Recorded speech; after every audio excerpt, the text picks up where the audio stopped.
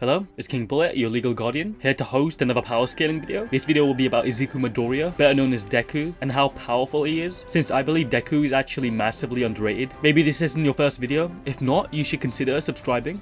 So we can get into the introduction. Izuku Midoriya, also known as Deku, is one of the 20% of people on Earth to be born without a quirk. A quirk being a natural superpower that is a basic biological function in the modern society. So you can imagine him being that small minority not having a power in a world full of powers kind of sucks due to him suffering from endless amount of torment and bullying by society. Even still, he dreamed of becoming an amazing hero like his long life idol All Might, the #1 hero. That impossible dream became a reality after a chance meeting with All Might, who granted Deku his quirk All for One by consuming his hair. A little bit weird, but yeah, it works. And now Deku is on his path to becoming the greatest hero. Deku battles nefarious villains, endless schoolwork, and his inner demons to become a worthy successor to the symbol of peace. Let's quickly establish what quirk or quirks he has. After consuming some of All Might's DNA, he was granted the quirk One for All, which is a combination of the pass-on quirk and the stockpile quirk, which was passed down by the first user of One for All. This quirk would be inherited by the second user of One for All, who I assume had the explosion quirk, since if you look carefully,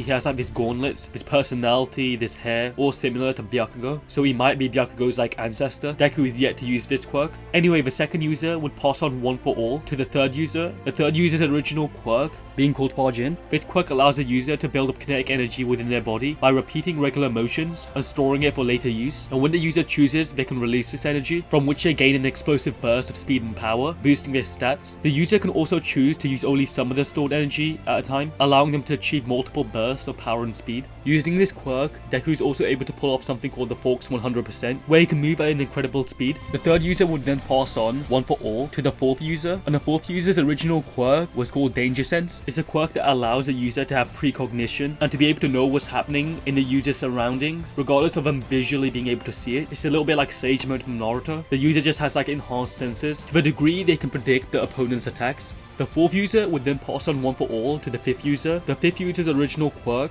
being the Black Whip quirk. Now the Black Whip quirk is basically what it sounds like. It just grants the user this like black substance they can tie people up with, restrain them, to almost web swing, to even use as a slingshot, to move around and maneuver really quickly, to lift things up. It also gives you a lot of range, etc. The fifth user would then pass on One for All to the sixth user, and the sixth user's original quirk was Smokescreen, also being what it sounds like. It basically gives the user control over smoke. They're basically able to create smoke screens, which can be used to deceive opponents, hide, escape, etc. And then the sixth user would pass on One for All to the seventh user, and the seventh's original quirk being the Float quirk, which essentially allows you to float or levitate, which is surprisingly quite useful. It's like pseudo flight, since it can like suspend you in the air. Anyway, One for All would then get passed on to All Might. Everybody knows All Might. All Might was actually quirkless, so he just inherited all of his quirks and didn't really add anything to it. And then of course he'd pass it down to the main character, the protagonist, the one and only Izuku Midoriya Deku. Yes, I know he doesn't have full mastery over all of them yet, but it's something that he can learn to master. We can now move into the power scaling. So right at the beginning of the series, he's capable of destroying very large villain robots, can casually smash through walls, so it should come at no surprise that Deku can easily punch through walls. At the USJ, at the end of the first season, at the Flood Zone, Deku used the Delaware Smash, and this feat in particular was calculated to require 55 tons of TNT, which is more than enough to destroy an entire city block, which is super impressive obviously. If you look carefully, the way he's doing it is through a flick, creating air pressure. So this attack in particular may actually ignore conventional durability, but obviously that's a little bit more contentious. We do also know that Deku can endure a tremendous amount of pain while staying conscious and fighting. I would say is one of his main attributes, this ability to endure pain, to fight through it with willpower alone. So after a year has passed, he's got far stronger than before. He should be a skilled hand-to-hand combatant, since he does like close quarters combat. He goes on to fight Shinso and displays a resistance to his mind manipulation, which is quite interesting, and he does this with like willpower alone, leading me to believe that willpower may negate some forms of like hacks. At the UA Sports Festival, Deku goes on to fight Todoroki. Todoroki is capable of unleashing his heaven-piercing ice wall, a feat that requires enough energy to destroy a small town. Calculations to this feat will be linked in the description if you want to see them, as will values pertaining to other feats within this video, so just check the description, but I won't go into too much detail explaining them. I would argue Deku is relative to this Todoroki, so I wouldn't be surprised if Deku scales to characters who can destroy small towns. And later in that second season, Deku fights Stain, but later even goes on to fight All Might alongside his teammate Bakugou, which is a really one-sided stomp from All Might. Moving on to the next season, Deku fights Muscular using 1,000,000%. It should be noted 1,000,000% is just an exaggeration of his power. He's not actually going 1,000,000%. I don't think this needs to be said, but you never know. Some people might take it like face value or take it seriously. The author even states that it's just an exaggeration rather than an actual value. It essentially just means he's going over his limit, something he shouts to get him in the right mental state. Of course, Deku's body becomes even stronger post his fight with Muscular, allowing him to use 100% strikes without permanently losing the mobility of his arms, so his body is growing more durable.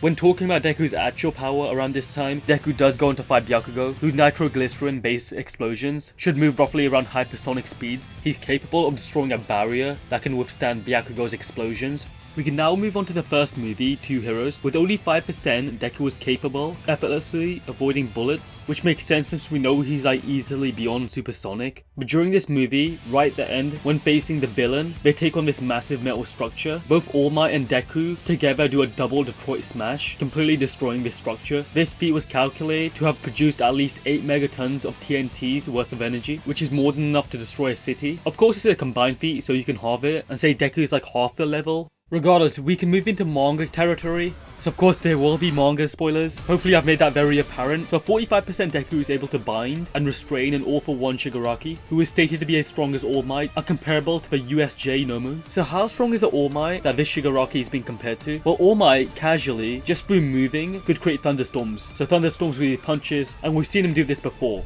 Just through the magnitude of his sheer force, All Might fights this guy called Sludge Villain. He does the Detroit Smash, and actually in the process creates like this thunderstorm, due to just the sheer strength of All Might and his punch. If we're using the correct horizon, then the amount of energy that he produced here is at least enough to blow away a large mountain, which is pretty insane. Okay, so we've established how strong All Might is. How fast is he? Well, remember when I said back at the end of season 2, he fought Deku and Bakugou? He was weighted and suppressed against them, which makes the feat even more impressive. And he has this one feat against Bakugou's explosions. Point blank, he just completely reacts to it. And remember, these are like nitroglycerin attacks, making them hypersonic. All Might was so fast in this feat, he could be considered 3,000 times faster if we're calculating this feat. So being that much faster than Bakugou would make him like 8% the speed of light. However, this is a weighted suppressed All Might, so he's not a full showing of his power. I would assume he's not even where he is casually. Casually, he uses like 20%. In fact, that's actually being quite generous. So saying he's 8% the speed of light when at 20%, I think is reasonable. Meaning at 100%, he could be up to 5 times faster than this, making him like 40% the speed of light, which is like relativistic to the speed of light now. So yeah, Deku should be large mountain level and like relativistic in speed, so getting closer to the speed of light, maybe like the 40% mark, which is still super impressive, don't get me wrong. But where we can go from here is that, remember, this was like a 45% Deku who's able to bind and restrain All-for-One Shigaraki. So meaning at full power, he should be at least twice as strong and fast as All Might, I would assume. Which does kind of make sense since his teeth can break Shigaraki's like rivet stab, which could even pierce Endeavor, who's kind of close to All Might and was like the #1 hero at the time. So at 100%, Deku completely overwhelmed Shigaraki, who in fact needed a super regeneration just to survive this, meaning he's clearly even above this level. We can now talk about the most impressive feat within all of My Hero Academia, and that comes from the second movie, Heroes Rising, in which Deku and Ko fight this guy called Nine, and later on at the end of the movie, Nine creates this massive storm. This storm completely dwarfs islands. Both Deku and Bakugou split this storm, so how much energy would it require to do this? Well, there's a lot of different ways of calculating this. The most consistent method gets you roughly around 3 teratons of TNT. Now that's a lot more impressive than it sounds, but it was a joint feat, so we would half it and say Deku is at least half of this value, giving us 1.5 teratons of TNT. So how much energy is this equivalent to? Well, it's enough to destroy a small country, but what's even more impressive is what happens afterwards. Rather, they kind of spin the storm as well, so we can actually calculate the rotational kinetic energy produced by the storm, which would actually get us 12 teratons each, which means Deku is actually capable of producing enough energy to wipe away a country. By the way, the 2 movies I mentioned and I'm using feats from are actually canon. Nagasaki even states they wanted to make sure that the story was in balance with the manga and so that it fit the timeline. So there's no doubt in my mind that this is canon before people start complaining.